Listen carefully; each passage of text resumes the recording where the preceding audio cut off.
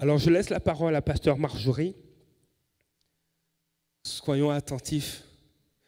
On laisse la Bible ici.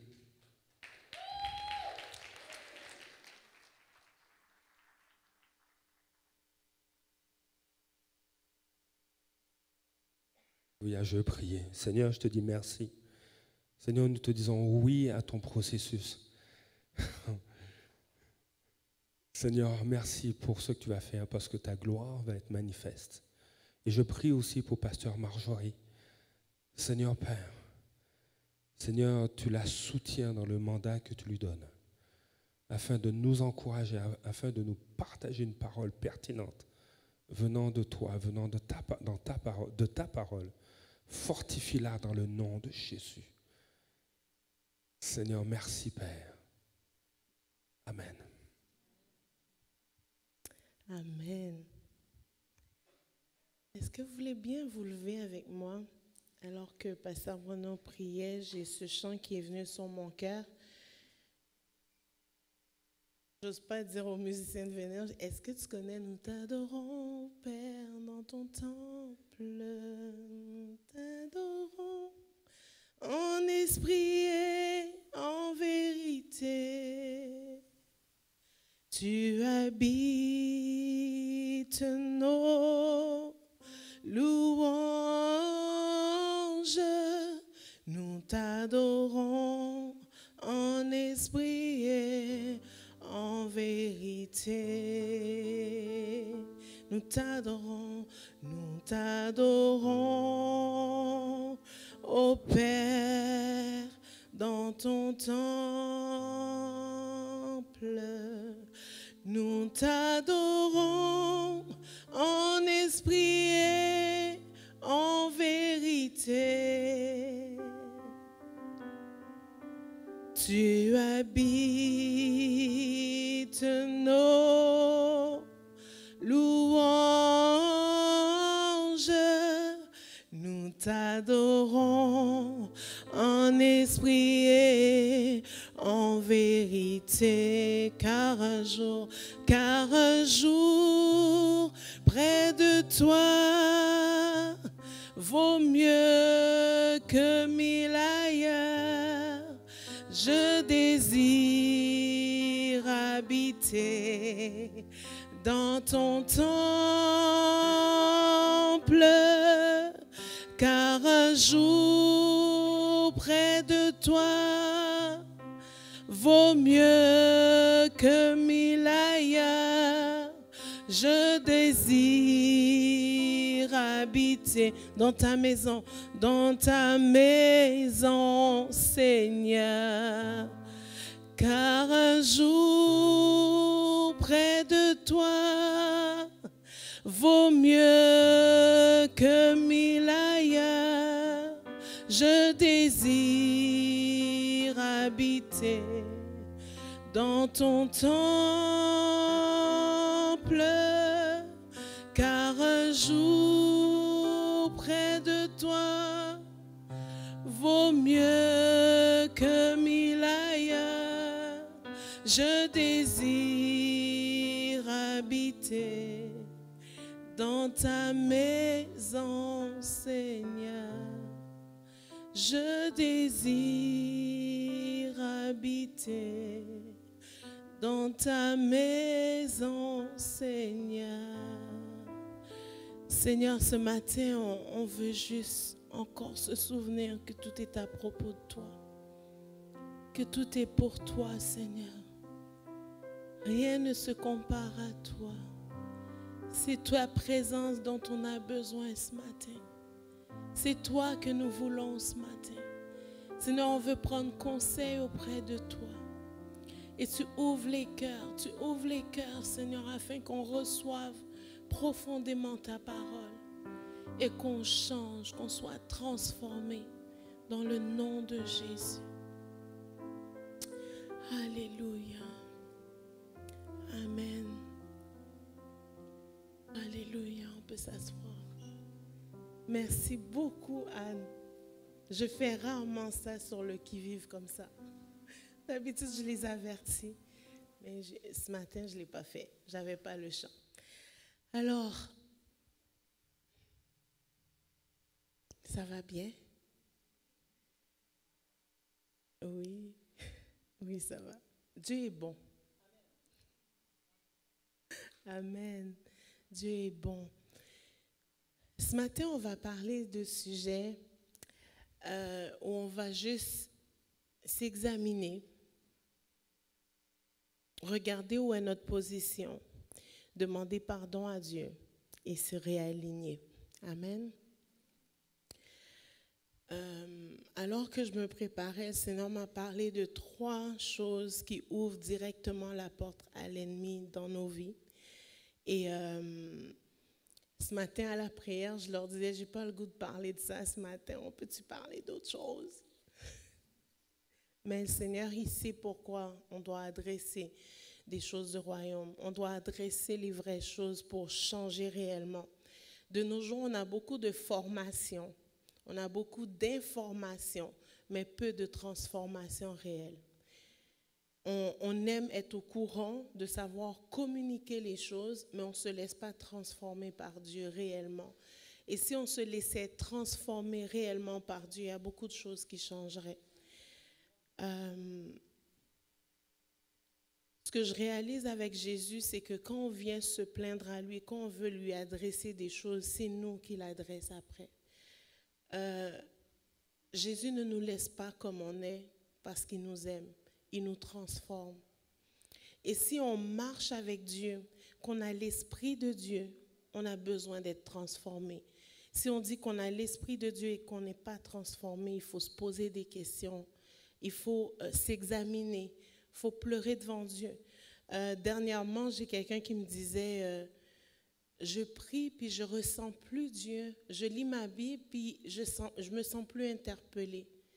Puis elle dit, je me questionne parce que ça me dérange. Ça devrait nous déranger de lire la Bible et de ne pas être interpellé par la Bible. De lire la Bible et de ne pas être poussé à changer pour se conformer à la parole de Dieu. On doit marcher selon ce que dit la parole.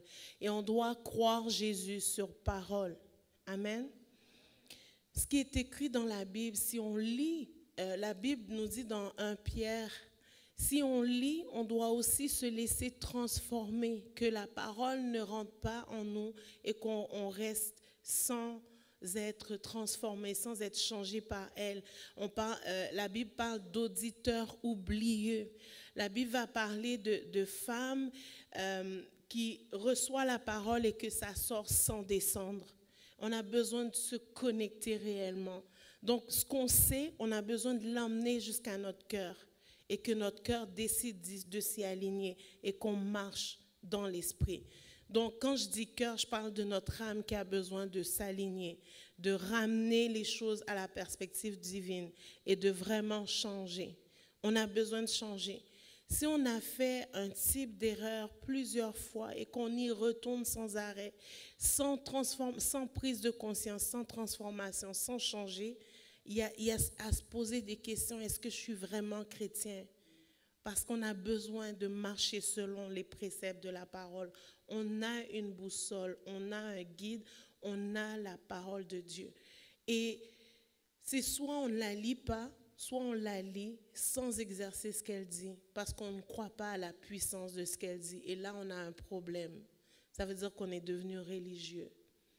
On a besoin de se réaligner à la parole de Dieu, de faire et de dire ce qu'elle dit. Amen.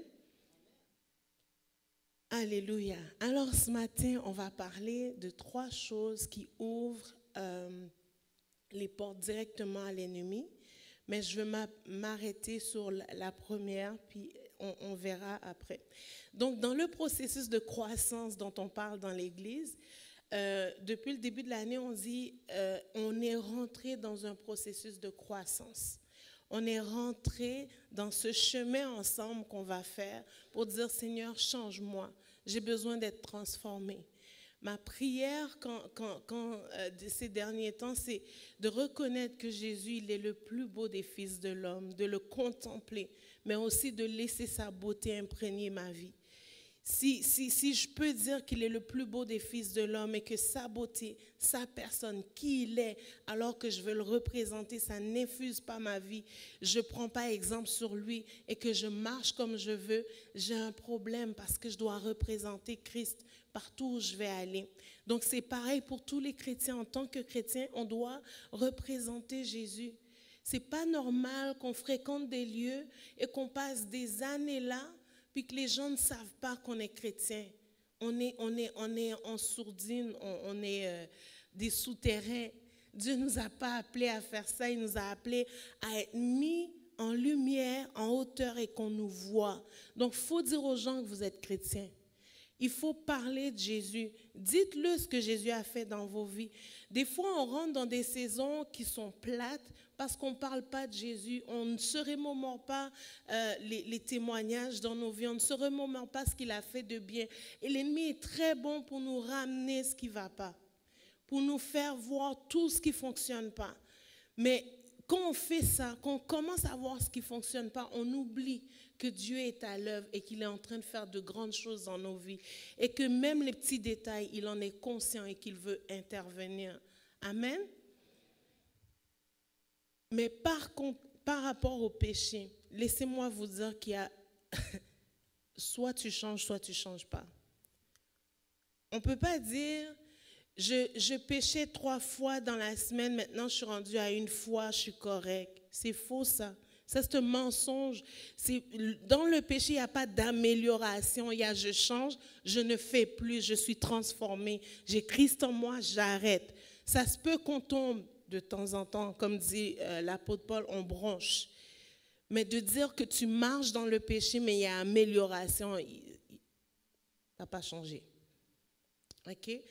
Parce qu'on refuse de voir la vérité. Et on se contente de marcher dans le compromis. On a besoin d'arrêter le compromis dans nos vies. Ça va? C'est cœur à cœur ce matin. Donc, la vie du chrétien qui donne sa vie à Jésus, il doit y avoir des transformations réelles. Le don de l'esprit n'indique pas ta croissance, ok? Ta croissance, c'est que tu marches dans les dons et que tu marches dans ton caractère qui soutient ton don et qui fait que tu marches beaucoup plus dans le don. Et le don, il est donné avec une pleine mesure. Il n'est pas donné à moitié, il n'est pas donné un petit peu parce que tu as besoin de grandir, puis là, ton don va grandir. Non, tu grandis et le don se manifeste plus. Donc, on a besoin de comprendre ces choses-là. Ce n'est pas parce que tu pries et que les morts sont ressuscités que tu vas au ciel. Ça se peut que tu arrives au ciel et Jésus te dit, je ne te connais pas. Donc, on a besoin d'aligner nos vies aux préceptes de la parole. Le fruit de l'esprit est ce qui confirme que tu as grandi. Voilà pourquoi on doit allier les dons, le fruit et le fruit de justice. Donc, tu ne peux pas avoir un petit peu d'amour. C'est soit tu as de l'amour ou tu n'en as pas. Et Dieu va tester l'amour parce qu'il va t'emmener des ennemis pour voir si tu vas les aimer. Est-ce que tu vas les aimer malgré ce qu'ils t'ont fait? Est-ce que tu vas les bénir malgré ce qu'ils t'ont fait? Et ce matin, j'aimerais parler de 3 choses, l'orgueil, le sexe et l'argent, parce que ce sont des mots de notre monde que certains vont dire. Mais est-ce que c'est normal que ça se retrouve pleinement dans l'Église avec cette ampleur-là? Est-ce que c'est normal qu'un chrétien soit orgueilleux? Est-ce que c'est normal qu'un chrétien pratique le sexe sans être marié, qu'on appelle fornication? Est-ce que c'est normal qu'un chrétien soit infidèle?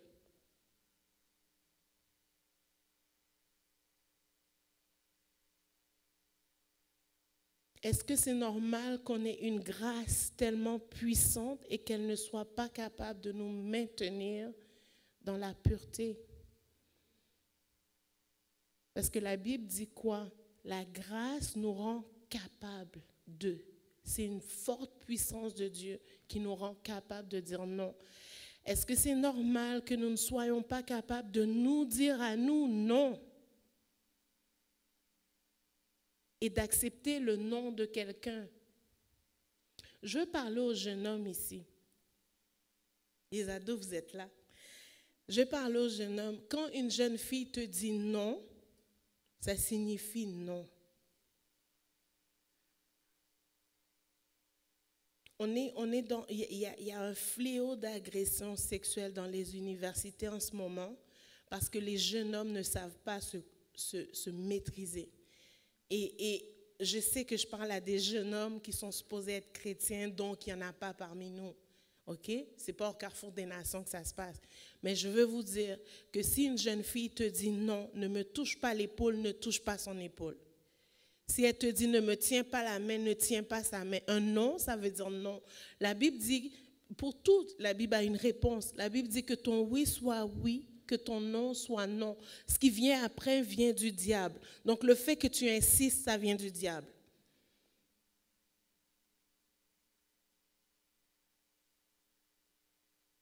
Et si c'est arrivé que tu as péché, que tu as fait quelque chose, demande pardon à Jésus. Puis relève-toi, marche avec lui. Mais il ne faut pas accepter ces genres de choses au milieu de nous. Ça va? On est dans une église, c'est correct de parler que le péché, c'est un péché. OK? Est-ce que ça va ce matin? On devrait être heureux d'en parler, non? Que c'est pas bon. C'est pas bon. C'est pas bon de battre ta femme. C'est pas bon, c'est pas correct, ça n'a jamais été correct.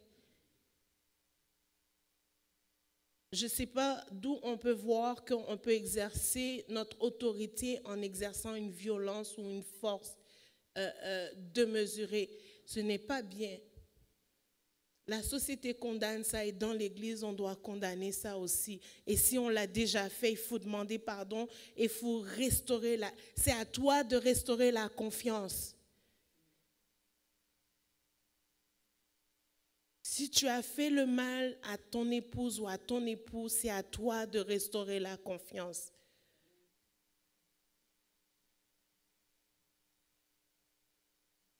Ça va? Alors, ce matin, j'aimerais parler de l'orgueil en premier parce que l'orgueil nous empêche de traiter des deux autres. L'orgueil nous empêche de recevoir la correction de Dieu. L'orgueil nous empêche de marcher dans notre destinée. L'orgueil nous emmène à une désobéissance accrue. C'est ce qui a causé la chute dans le jardin d'Éden. Causé la chute de Satan et ensuite la chute de l'homme par la désobéissance. Qu'est-ce que l'ennemi a essayé de faire? Il a dit à l'homme, tu seras comme Dieu. Et la Bible dit que Satan s'est élevé au point de dire, je vais aller dans les hauteurs et je vais être au même niveau que Dieu. Et la Bible nous dit que c'est une créature, c'était le chef d'orchestre au ciel. C'était un chérubin protecteur. Donc, il avait une place de choix. Et c'est ce qui fait qu'aujourd'hui, il est en train de dominer dans le monde comme ça parce qu'il avait une puissance. Donc, c'est important de réaliser qu'à chaque fois que Jésus va parler aux disciples ou aux pharisiens, il va dire, votre père, c'est Satan parce que vous êtes rebelles. Vous désobéissez, vous êtes des fils de la rébellion. Il va nommer les gens en disant, si tu mens, tu as un père et ton père, c'est Satan. Parce que Satan veut prendre autorité, il veut faire de la paternalité aux gens. Et donc, les emmener sous sa coupe. Ça va? Et la première chose qu'il utilise, c'est l'orgueil. Emmener les gens dans l'orgueil au point où ils vont désobéir à Dieu lui-même. Ça va? Alors, dans Ésaïe 27, verset 1, la Bible nous dit que en ce jour, l'Éternel frappera de sa dure, grande, forte épée le Léviathan. Et donc, tout ce qui est orgueil, ça a un rapport avec le Léviathan. Ça, c'est dans l'Ancien Testament, l'esprit qui dirige, qui est comme, qui veut entrer dans ta vie par l'orgueil, c'est le Léviathan. Donc, c'est un serpent fuyard. Le Léviathan, c'est un serpent tortueux. Et Dieu va le tuer. Et il est appelé le monstre marin, parce qu'il est dans la mer. Donc, pourquoi Satan veut emmener des gens à être orgueilleux, c'est que quand on fait le péché d'orgueil, c'est une porte directe à cet esprit-là. Donc, c'est pas j'ai été orgueilleux, puis petit à petit je change, c'est il vient, parce que l'orgueil c'est son territoire, c'est sa façon de fonctionner. Donc, dans Ésaïe 14, versets 12 à 14, Dieu va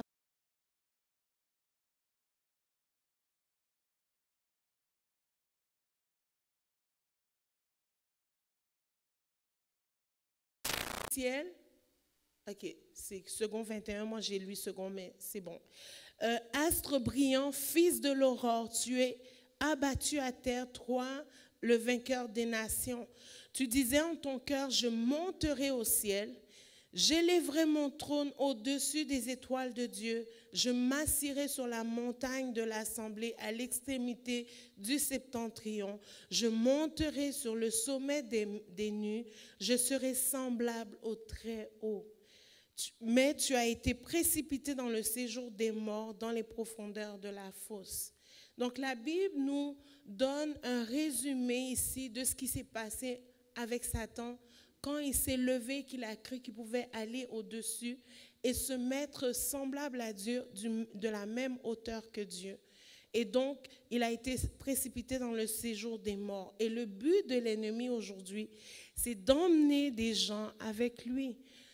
Pour les chrétiens, c'est de les emmener déjà à désobéir à Dieu, à ne pas avoir de relation avec Dieu. Parce qu'une fois qu'on a désobéi, qu'est-ce qu'on fait? On est séparé de Dieu, on le ressent et on se sent coupable et on s'éloigne de la présence de Dieu. Moi, je veux vous encourager ce matin que peu importe ce que vous avez fait, vous avez un Père dans le ciel. Ne vous éloignez pas de Dieu. Ne vous éloignez pas de Dieu. Au contraire, courez vers Dieu, demandez pardon et restaurez votre relation au plus vite parce que c'est votre Père dans les cieux.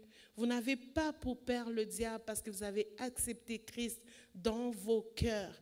Donc, s'il y a des péchés d'orgueil, il y a des choses que vous refusez de voir en face parce que vous êtes orgueilleux, traitez-le rapidement parce que c'est une porte pour l'ennemi. Okay? C'est bien qu'on sache les choses parce qu'en agissant après, on sait qu'est-ce qu'on fait.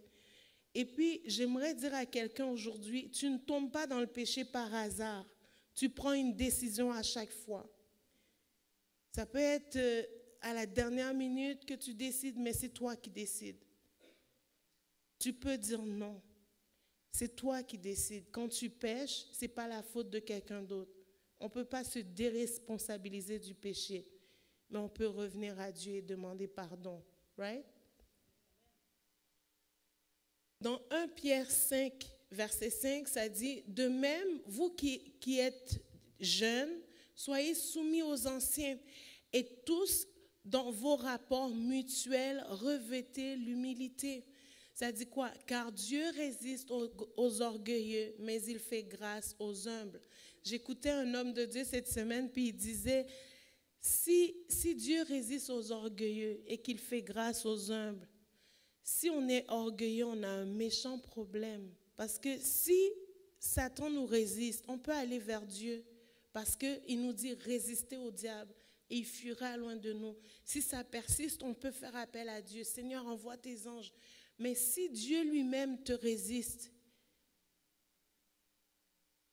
parce que je pense qu'on doit peser le texte biblique puis le comprendre.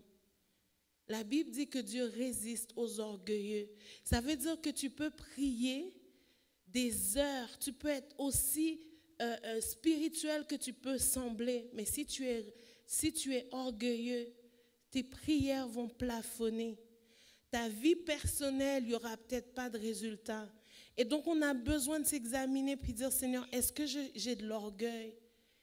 Et si Dieu vous utilise puissamment, et je parle parce que je vous encourage à utiliser vos dons, à laisser la gloire de Dieu paraître au travers de vous, dans votre environnement. Mais si on marche dans l'orgueil, Dieu il ne va pas arrêter son action parce que toi tu pêches. Tu comprends? Parce qu'il va répondre aux besoins de la personne. Mais toi, dans ta vie, tu risques d'avoir des résistances dans ta propre vie. Et c'est là le danger parce que toi, tu peux être en danger, mais plein de gens sont bénis. Vous saisissez? Donc, ce n'est pas parce qu'on a des résultats qu'on est correct. Voilà pourquoi il faut s'examiner soi-même. La Bible dit, sonde-moi, ô Dieu, et connais mon cœur.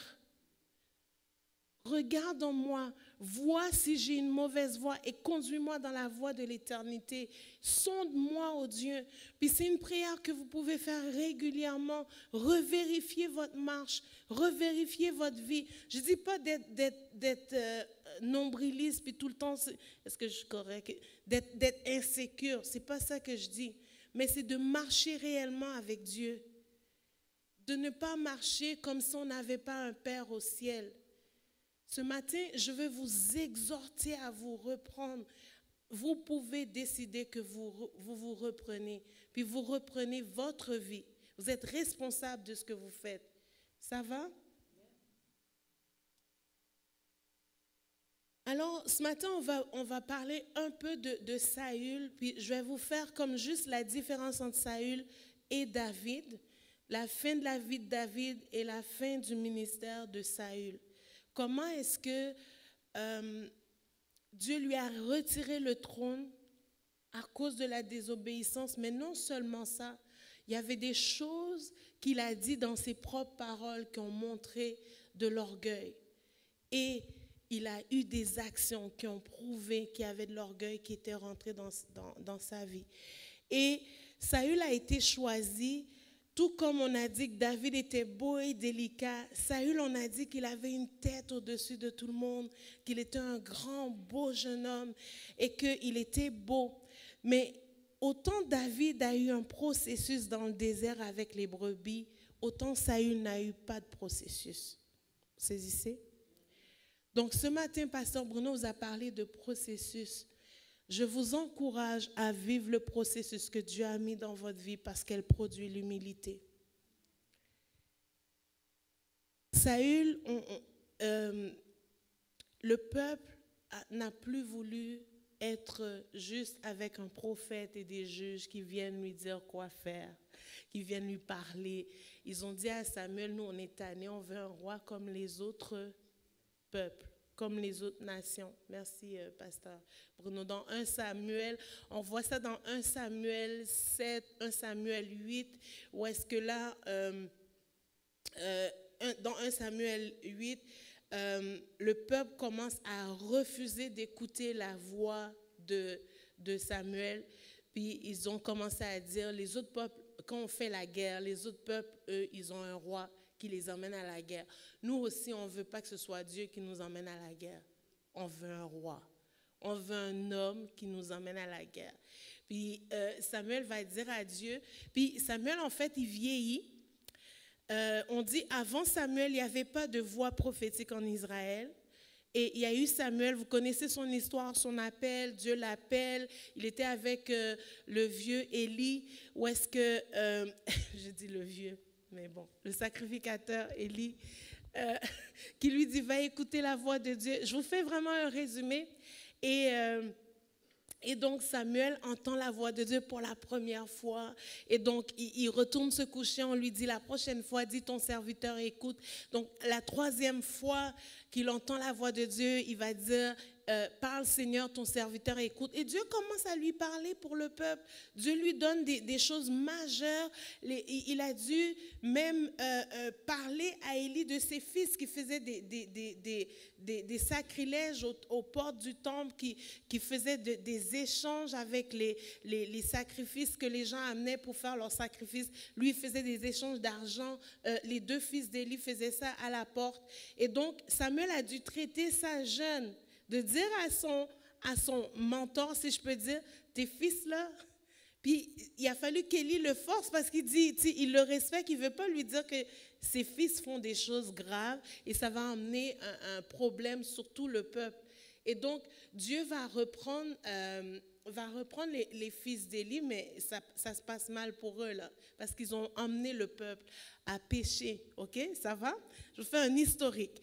Là, ensuite, on arrive à Samuel qui a aimé Saül.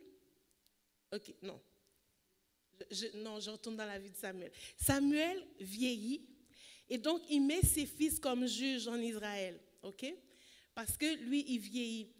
Mais là, ses fils ne vivent pas comme Dieu le veut. Eux aussi, ils font des bêtises.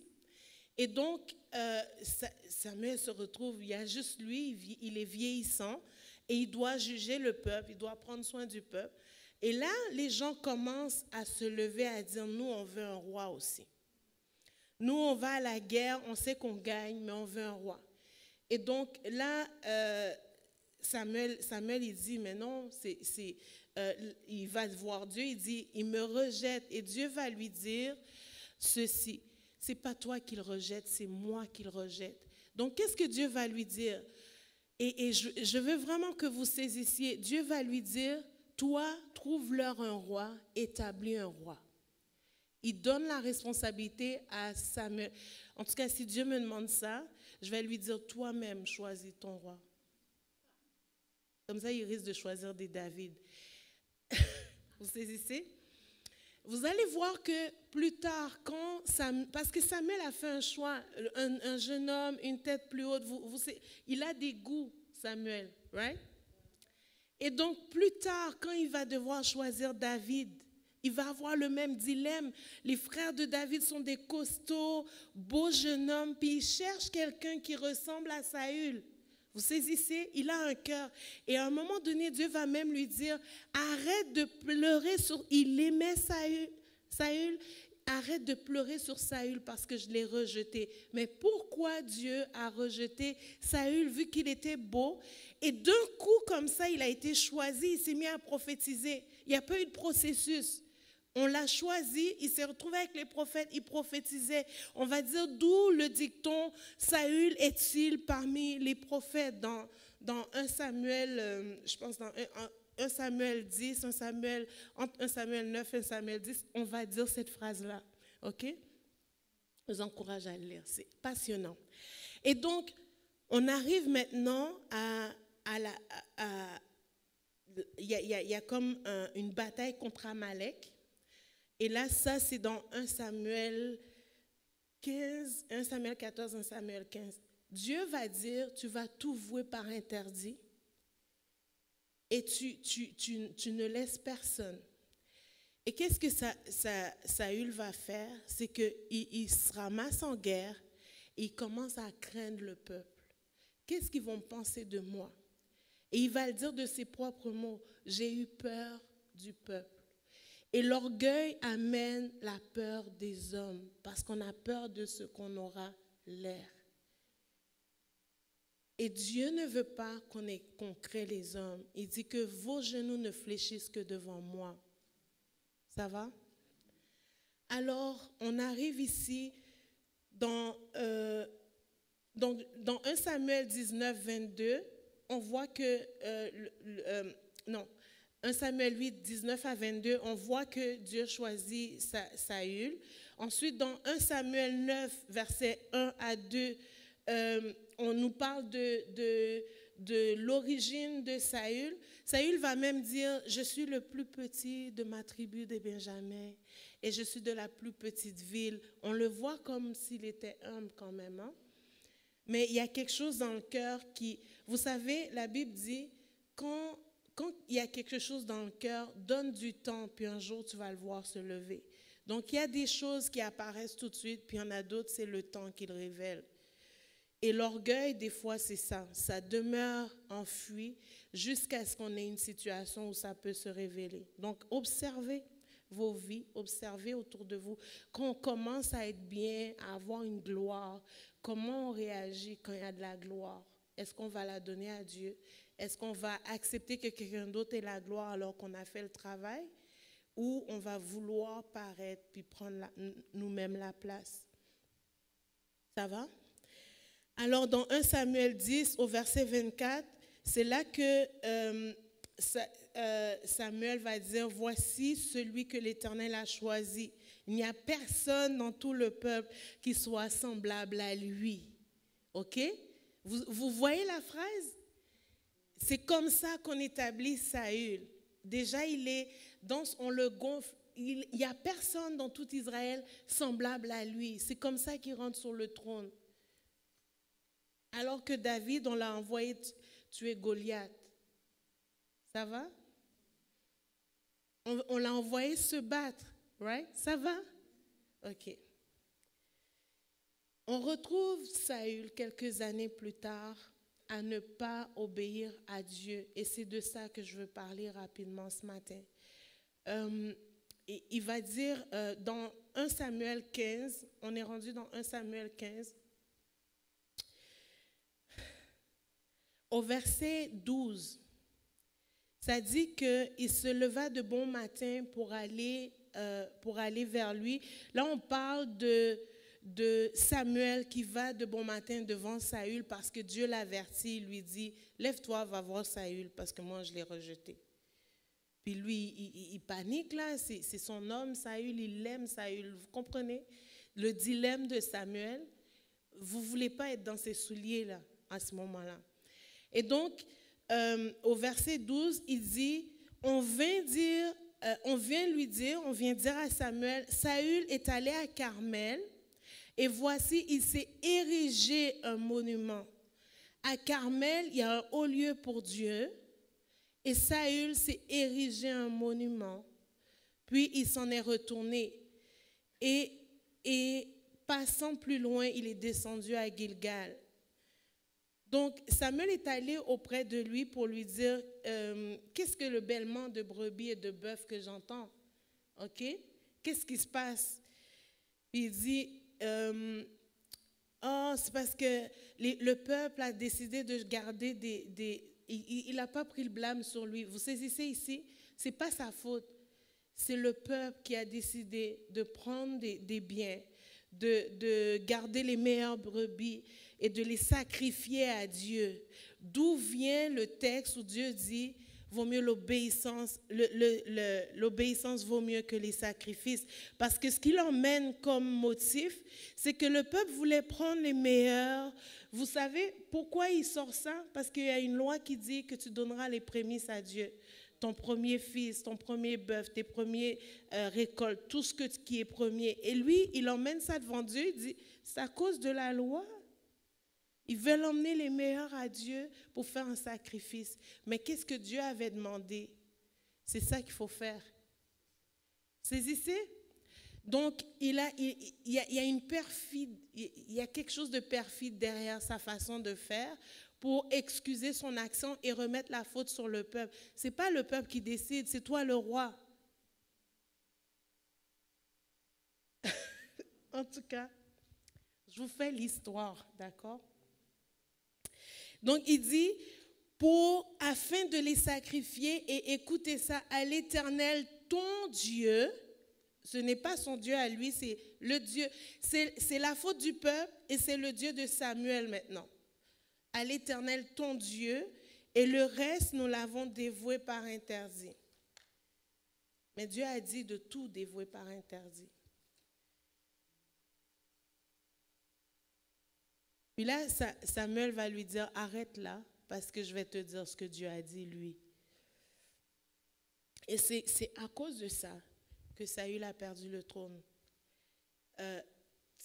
Là, on ne voit pas que c'est un péché sexuel, il a tué des gens. David a fait pire, non? Mais regardez ce que Samuel va faire. Il s'est érigé un monument. Il s'est déresponsabilisé, puis ensuite, qu'est-ce qu'il va dire? Il va dire, je vais aller maintenant au... C'est ça. Saül ne va pas reconnaître ses torts, ok? Il n'est pas repentant, ok? Il va dire, il va répondre au verset 20. Il dit, j'ai bien écouté la voix de l'Éternel et j'ai suivi le chemin par lequel m'envoyait l'Éternel. J'ai amené Agag, roi d'Amalek, et j'ai dévoué par interdit les Amalicites, mais le peuple a pris le butin. Ok, on va aller plus loin. Il dit, David va dire, l'obéissance vaut mieux que les sacrifices au verset 22. Puis, Samuel, j'ai dit David, hein? Samuel va dire ça. Puis, c'est ça. Donc, Saül, quand il va reconnaître ses torts, voici ce qu'il va dire. Il va dire, j'ai péché, j'ai transgressé l'ordre de l'Éternel et je n'ai pas obéi à tes paroles. Je craignais le peuple et j'ai écouté sa voix. Il dit, maintenant je te prie, pardonne mon péché et reviens à moi et je me prosternerai devant l'Éternel. Ça va? Si le prophète reste avec moi, Dieu va être avec moi. Donc, je vais me prosterner à ce moment-là devant Dieu. Mais je me suis érigé un monument et je me déresponsabilise. Ensuite, il dit, Samuel va lui dire, je ne retournerai point avec toi car tu as rejeté la parole de l'Éternel et l'Éternel te rejette afin que tu ne sois plus roi d'Israël. Et comme Samuel se tournait pour s'en aller, Saül le saisit par le pan de son manteau qui se déchira. Et il dit, aujourd'hui l'Éternel déchire au-dessus de toi la royauté d'Israël et il la donne à un autre qui est meilleur que toi. Mais Samuel n'a aucune idée c'est qui le meilleur, qui est un petit blond frisé, tout chétif, qui est pas aussi costaud que Saül. Est-ce que vous suivez l'histoire? Ça va? Ok.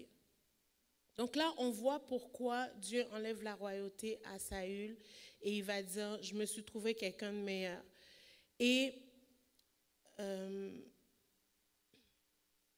là, Samuel va devoir gérer le reste de l'histoire parce que Saül n'a pas obéi, s'occuper du roi qui est resté là. Et ensuite, en tout cas, il va partir pour Rama, puis Saül va monter dans sa maison à Gibéa de Saül. OK? Et la Bible dit au verset 35, Samuel n'alla plus voir Saül jusqu'au jour de sa mort, car Samuel pleurait Saül parce que l'Éternel se repentait d'avoir établi Saül. L'Éternel se repentait d'avoir établi Saül, sauf que Dieu, il a dit à Samuel d'établir Saül. D'accord? Est-ce que ça va? Bon. Ce que je veux vous emmener ce matin, c'est que juste de voir la fin de l'histoire avec Saül, il n'y a pas d'héritage de un. Il se bâtit un monument. Il ne bâtit pas quelqu'un après lui qui va prendre le trône. Et au contraire, par la suite des choses, il va se mettre à lutter contre celui que Dieu a choisi pour garder le trône. Et donc l'orgueil le pousse au point de croire qu'il n'y a que lui qui peut être roi en Israël. S'il y a quelqu'un d'autre qui vient après lui, il va le tuer. Il a même voulu attenter à la vie de son fils parce que son fils préférait David. C'était à ce point-là. Dans le Nouveau Testament, les rois dont on dit de se soumettre, de les honorer, ce sont des rois sanguinaires un peu, qui reflètent un peu le cœur de Saül. Et ce matin, ce que je veux nous dire, n'ayons pas un cœur de Saül. N'ayons pas un cœur comme Saül. Il va devenir l'ennemi numéro 1 de David. Et un cœur, et ce matin, je veux nous parler du cœur humble parce que c'est ça qui vient comme contrer l'orgueil. On a besoin de chercher quelles sont les qualités de l'humilité et de les appliquer dans nos vies. Quand on sent un tiraillement de jalousie, il faut traiter ça immédiatement. La comparaison, il faut traiter ça. Ne laissez pas les choses grandir jusqu'à devenir des monstres dans nos vies. Mais traitons-les avec Dieu immédiatement. Donc, l'humilité nous amène à laisser un héritage. Et c'est de ça que je veux vous parler ce matin. On voit dans la vie de David qu'il a laissé un héritage à son fils Salomon.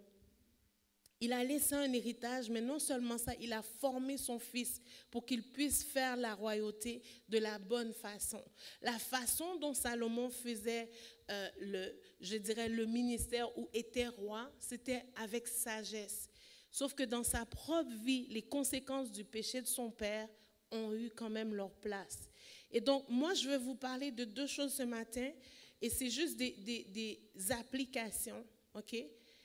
Si on veut marcher dans l'humilité aujourd'hui, il faut couper avec les choses orgueilleuses de notre passé, mais couper aussi avec le lien générationnel d'orgueil dans nos familles. Il y a des fiertés mal placées dans nos familles qui descendent jusqu'à nous et qui vont porter des rejetons dans les générations après nous.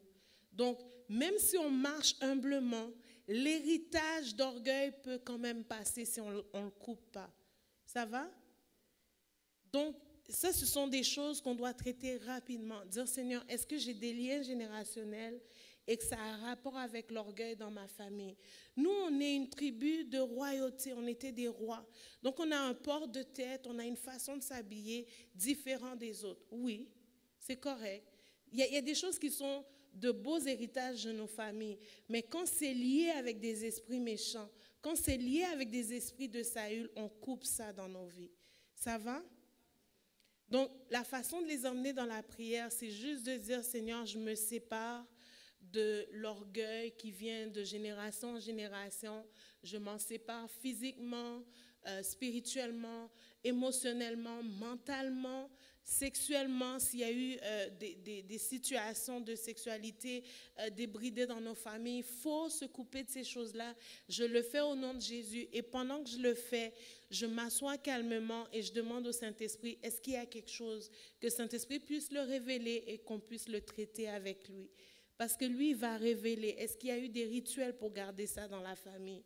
Mais il faut briser les rituels. Il ne faut pas juste dire, je suis venu au Seigneur, les choses anciennes sont passées, toutes choses sont devenues nouvelles. Non, il faut briser les rituels. Et le Saint-Esprit les montre, les trucs de poulet ou whatever, il les montre, puis on peut rapidement venir et défaire ça sur nos vies et la vie de nos enfants. Et quand on prie comme ça, vous coupez ça en disant, et je prie que ça soit, en fait, sur moi, je brise les effets sur moi, sur mes enfants et les enfants de mes enfants.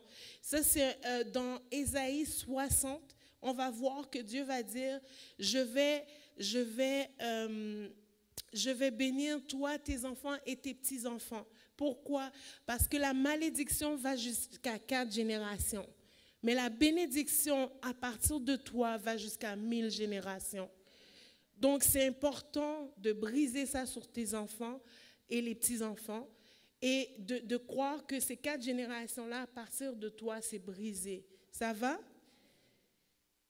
Et c'est important de réaliser que ce que vous faites, l'orgueil que vous vivez aujourd'hui, les péchés que vous faites aujourd'hui, vous êtes en train de laisser un héritage à vos enfants. Donc, c'est pour ça qu'il faut régler nos choses aujourd'hui. Et si on les règle aujourd'hui, on est en train de dire à la prochaine génération, tu n'auras pas à dealer avec ça. Tu n'auras pas à le traiter. Et dernièrement, j'ai été étonnée de voir que, ça c'est ma pratique au bureau ici, mais de voir qu'un psychologue a dit, tout ce que vous décidez de ne pas traiter aujourd'hui dans vos vies, vos enfants auront à le faire. Et j'ai été étonnée de ça. Je dis, oh, mais Seigneur, je fais la bonne chose.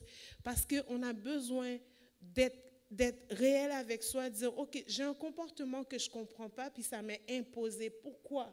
Je suis chrétienne, mais je n'arrive pas à m'en sortir. Ben, peut-être qu'il faut aller voir est-ce que c'est générationnel, puis juste s'asseoir avec le Saint-Esprit et le briser. Pour ça, vous n'avez pas besoin d'intervention de plein de gens. Vous pouvez le faire. Et c'est pour ça que je vous dis de le faire en le coupant par couches, physiquement, émotionnellement, parce qu'on a des comportements physiques. Notre corps a une mémoire et il reproduit des choses. Ça va?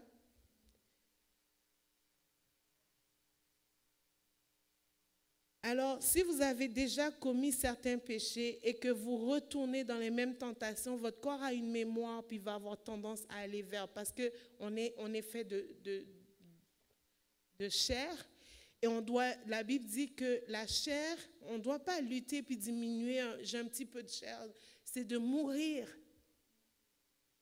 Le péché doit mourir dans nos vies, la chair doit mourir, on doit piquer puis il n'y a plus de réaction.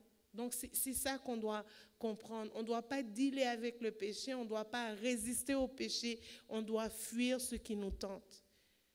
Faites comme Joseph, laissez même vos vêtements, fuyez tout nu, mais fuyez. Okay? Mais résistez au diable et il fuira aussi loin de vous. Alors, ici, on a David qui va pécher aussi, qui va faire pire, qui va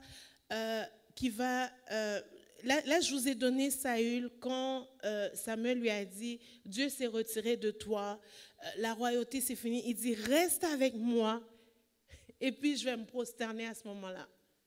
OK? Et ici, on a Nathan qui reprend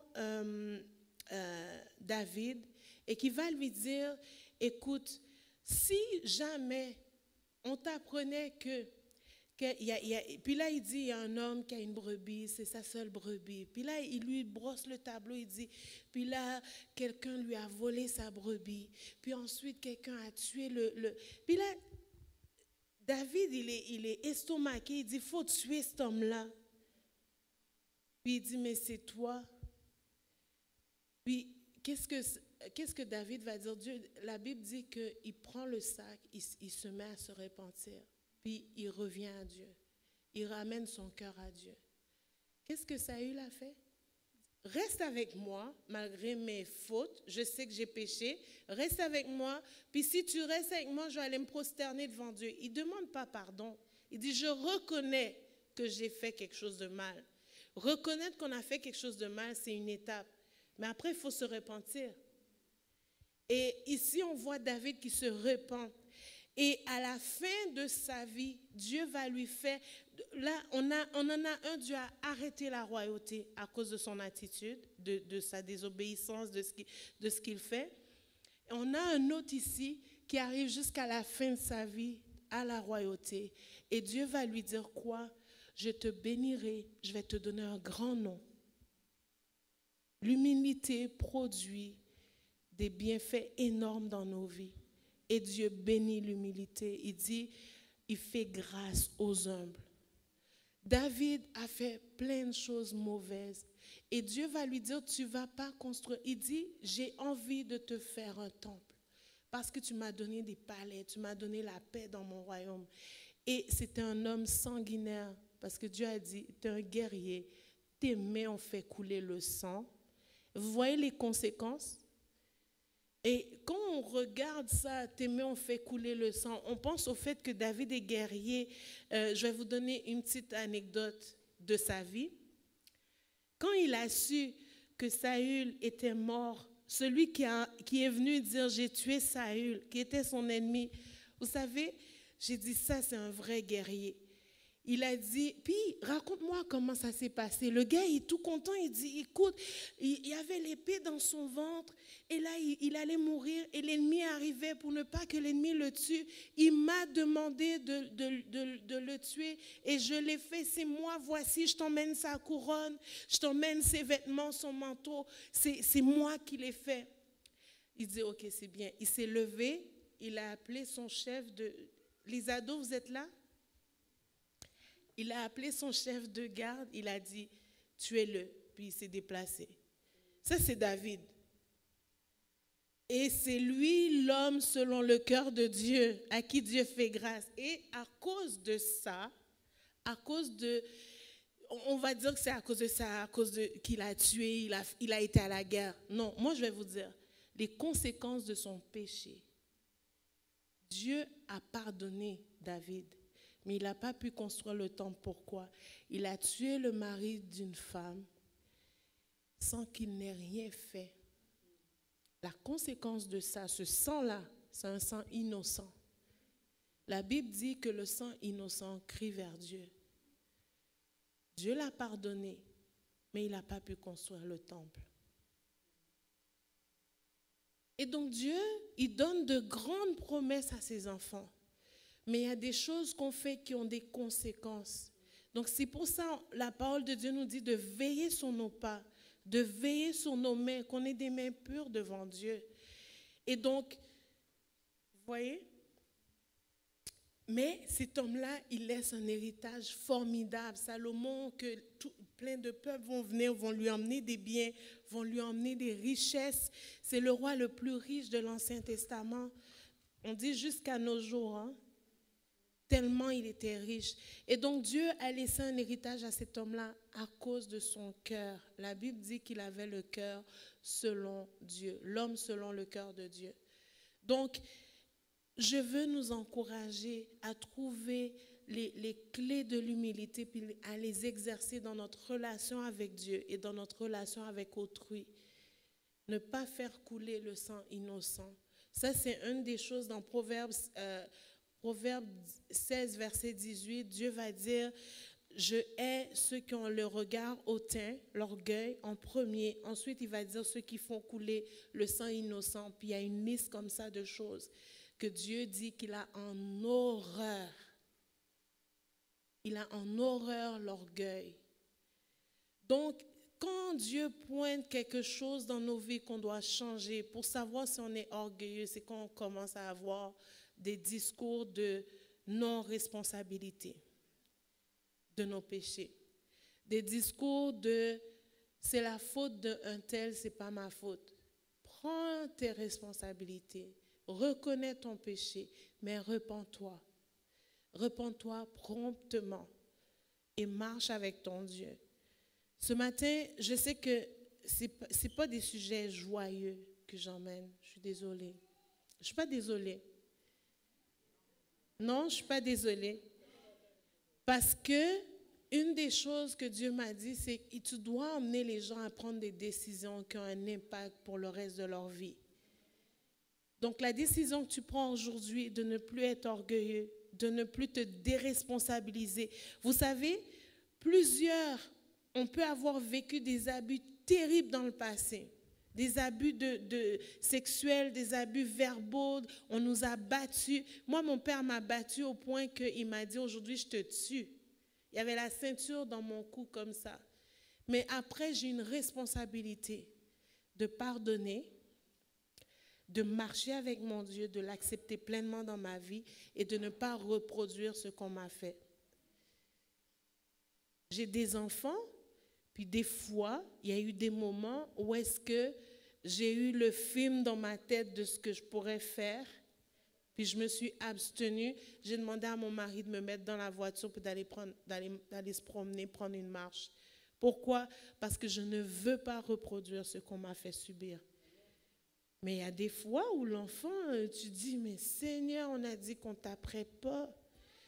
Vous savez, donc on veut pas, on ne sait pas jusqu'où on peut aller parce qu'on a vécu la violence, on ne sait pas jusqu'où on peut aller, on se retient.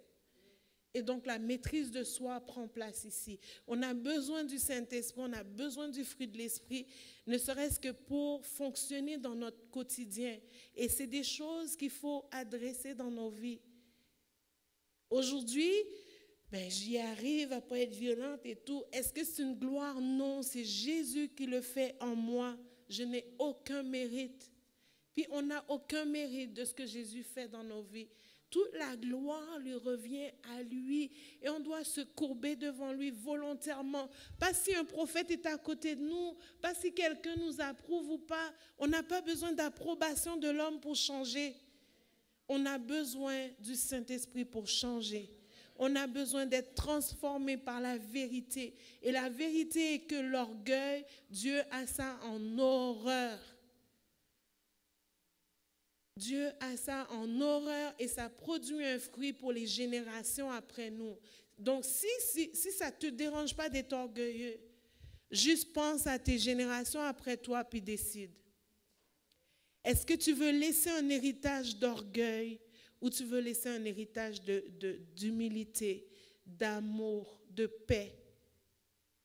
Et nos pays, là je ne parle pas du Québec, je parle par exemple mon pays, mais le père, on en a peur. Moi j'avais peur de mon père. Est-ce que c'est ça que je veux? Il y a tellement d'orgueil, tellement il faut être droit, il faut ci, il faut ça, puis eux-mêmes ne l'appliquent pas dans leur vie, que tu as peur de déroger à droite ou à gauche, tu marches dans la peur.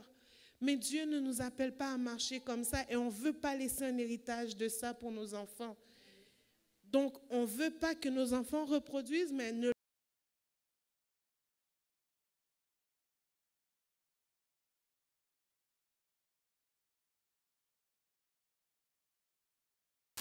un héritage. Et ce matin, j'aimerais qu'on prie et qu'on emmène comment on fonctionne à Dieu pour qu'il fasse la lumière. Souvent, mon mari, quand il prie, il dit, Seigneur, amène les choses à la lumière dans nos cœurs pour qu'on sache, est-ce qu'il y a des traces d'orgueil dans mon cœur? Est-ce que quand le Saint-Esprit me demande de changer un truc, en tout cas, tu sais, puis je pense qu'on en a tous un petit peu, parce que des fois, je peux me reconnaître quand Dieu me demande de demander pardon à mes enfants, à mes fils, c'est que je connais mes fils. Puis là, j'arrive pour demander pardon pour un truc, puis il me cite toutes les autres choses pour lesquelles je n'ai pas demandé pardon. Fait que ça fait quelque chose, tu sais, qu'on le veuille ou pas, on doit traiter quotidiennement des choses dans nos cœurs pour dire, OK, est-ce que je vais traiter ça? Puis la façon de traiter l'orgueil, c'est de ne pas être orgueilleux, c'est de ne pas dire, ben si je fais ça, ils vont penser ça. C'est d'aller justement, peu importe ce que les gens pensent, marche dans l'humilité, demande pardon, fais tes devoirs, de voir qu'est-ce qui fonctionne pas dans ta vie. Qu'est-ce que j'ai laissé traîner dans ma vie avec mon épouse, puis qu'aujourd'hui, je mange les fruits de ça. Est-ce que mes enfants vont goûter à ces fruits-là un jour? C'est ça que tu dois te poser comme question. Est-ce que je laisse des fruits amers pour mes enfants? Il n'y a personne qui veut laisser des fruits amers pour nos enfants. On va acheter les meilleurs fruits du marché parce qu'on veut qu'ils soient en santé. D'ailleurs, dans notre société, tout est tourné vers les enfants. En tout cas, ça, je pourrais vous emmener un autre message là-dessus. Leur routine, tout ce qu'ils font, l'école, le sport, ça prend beaucoup de notre temps. Donc, on veut donner le meilleur à nos enfants. Mais l'héritage qu'on leur laisse, l'héritage spirituel, c'est encore plus important. Qu'est-ce qu'on laisse de non traité dans nos vies et que nos enfants vont devoir dealer avec? Et parfois, ils ne savent même pas contre quoi ils se battent parce qu'on ne leur a pas expliqué notre histoire. Ils le découvrent dans un parcours de prière, des fois. On a besoin de traiter nos vies, traiter les choses qu'on a touchées. Et si vous avez touché à de la magie, ces choses-là, c'est un héritage direct. Parce que l'ennemi cherche une porte, puis il accède directement à la génération d'après à cause de nos pratiques. Donc, c'est à vous de fermer les portes tout de suite, puis de renoncer à ces choses-là, demander pardon et aller défaire ce pourquoi ça a été fait. OK? Parce que des fois, on renonce, on prie, on demande pardon, mais ce qui a été fait à cause de la pratique, on ne l'a pas défait. Beaucoup de détails, mais le Saint-Esprit est dans les détails. Parce que l'ennemi, il va dans ces détails-là pour demeurer. Il se crée des droits d'accès comme ça. Et donc, il accède à la prochaine génération à cause de choses qu'on n'a pas traitées. Ça va? Donc, ce matin, c'est vous dire la vérité, parce que ce sont des choses que j'adresse dans les bureaux avec les gens, puis des fois, les gens me disent, mais Pasteur Marjorie, enseigne-le en public.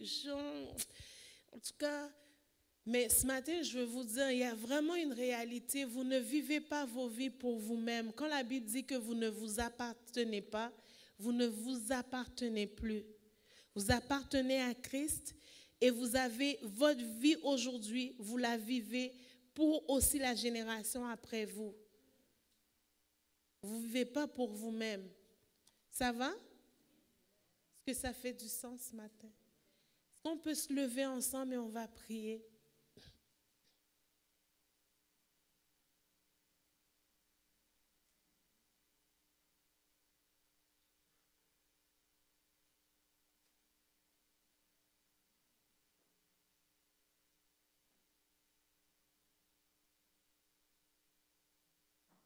Alléluia.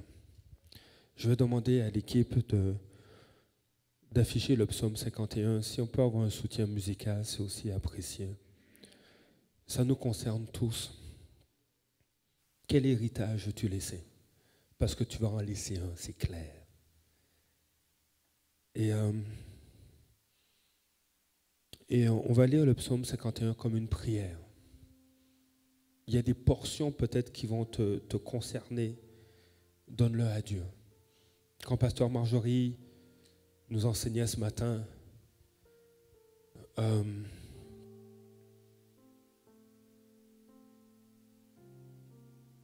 me suis rappelé de ce psaume et je vais juste lire les premiers versets et puis ensuite je vais vous inviter, je vais lire juste les 2 premiers versets puis ensuite je vous invite à le répéter comme une prière.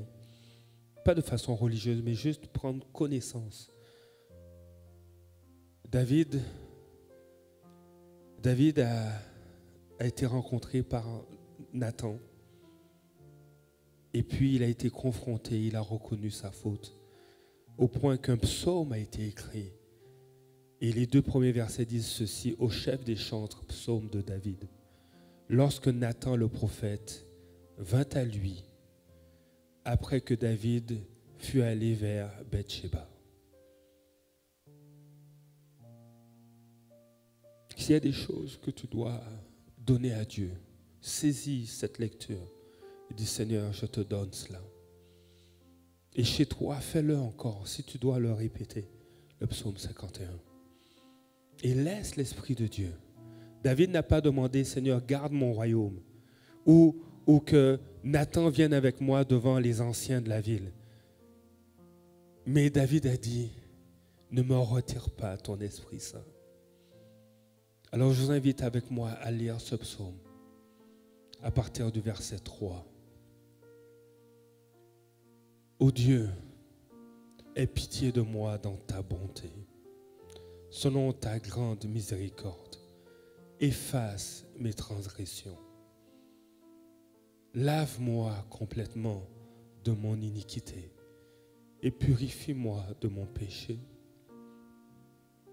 Car je reconnais mes transgressions et mon péché est constamment devant toi. J'ai péché contre toi seul et j'ai fait ce qui est mal à tes yeux, en sorte que tu seras juste dans ta sentence, sans reproche dans ton jugement. Voici, je suis né dans l'iniquité et ma mère m'a conçu dans le péché. Mais tu veux que la vérité soit au fond de mon cœur. Fais donc pénétrer la sagesse au-dedans de moi. Purifie-moi avec l'hysope et je serai pur. Lave-moi et je serai plus blanc que la neige. Annonce-moi l'allégresse et la joie, et les eaux que tu as brisées se réjouiront. Détourne ton regard de mes péchés. Efface toutes mes iniquités. Ô Dieu, crée en moi un cœur pur. Renouvelle en moi un esprit bien disposé. Ne me rejette pas loin de ta face. Ne me retire pas ton Esprit Saint. Rends-moi la joie de ton salut et qu'un esprit de bonne volonté me soutienne. J'enseignerai tes voies à ceux qui les transgressent et les pécheurs reviendront à toi. Ô Dieu, Dieu de mon salut, délivre-moi du sang versé et ma langue célébrera ta miséricorde. Seigneur, ouvre mes lèvres et ma bouche publiera ta louange. Si tu eusses voulu des sacrifices, je t'en aurais offert, mais tu ne prends point plaisir aux holocaustes. Les sacrifices qui sont agréables à Dieu, c'est un esprit brisé. Ô Dieu, ne me dédaigne pas. Un cœur brisé et construit. Répands par ta grâce tes bienfaits sur Sion. Bâtis les murs de Jérusalem. Alors tu agréeras des sacrifices de justice, des holocaustes et des victimes tout entières. Alors on offrira des taureaux sur ton autel. Alléluia. Ce matin, nous sommes levés. Seigneur, tu connais nos cœurs et sondes nos cœurs. Seigneur, tu nous appelles sacrificateurs du Très-Haut. Tu nous appelles une nation sainte. Seigneur, un peuple de prêtres. Un peuple de prêtres royaux. Seigneur, nous te demandons pardon là où nous avons péché. Seigneur, secours-nous. Seigneur, nous voulons ôter, Seigneur, le vêtement de l'orgueil et revêtir un vêtement d'humilité. non pas en public seulement, mais Seigneur, lorsque les portes sont fermées, lorsque les caméras et les projecteurs ne sont pas sur nous, lorsque les regards, Seigneur, ne sont pas sur nos vies, Seigneur, là, Seigneur, nous voulons ôter le vêtement de l'orgueil et revêtir ce vêtement d'humilité. Seigneur, tu es celui qui guérit, tu es celui qui relève. Seigneur, je prie maintenant, dans le nom de Jésus, que tout lien générationnel tombe en lien avec l'orgueil. Seigneur, nous nous sommes repentis, ou nous nous repentons en ce moment. Maintenant, dans le nom de Jésus, que les liens générationnels d'orgueil dans nos vies tombent maintenant. Seigneur, conduis nos pas, parce que tu es bon. Tu es beau.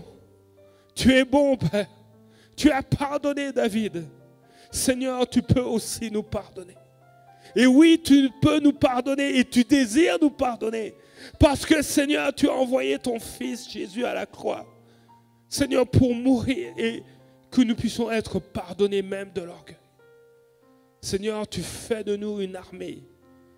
Une armée, Seigneur, de prêtres rois. Tu fais de nous une armée d'hommes et de femmes qui sont des porteurs de ta présence. Seigneur, il n'y a pas d'âge. On n'est pas trop jeune ni trop âgé. Seigneur, je te dis merci, Père. Seigneur, je prie maintenant que ce qui est caché vienne à la lumière dans nos cœurs. Seigneur, tu les amènes à la lumière afin que tout ce qui n'est pas de toi, on puisse s'en départir dans le nom de Jésus. Et qu'on puisse accueillir ce qui vient de toi. Qu'on puisse accueillir ton Esprit Saint. Dans le nom de Jésus. Amen. Je veux vous encourager. Prenez exemple. Si tu te sens trop jeune, prends exemple sur Joseph, sur David. Prends exemple sur Samuel. Prends exemple sur Timothée. Si tu te trouves trop âgé, prends exemple sur Moïse à 80 ans. Qui a 80 ans et plus? Voilà des Moïse.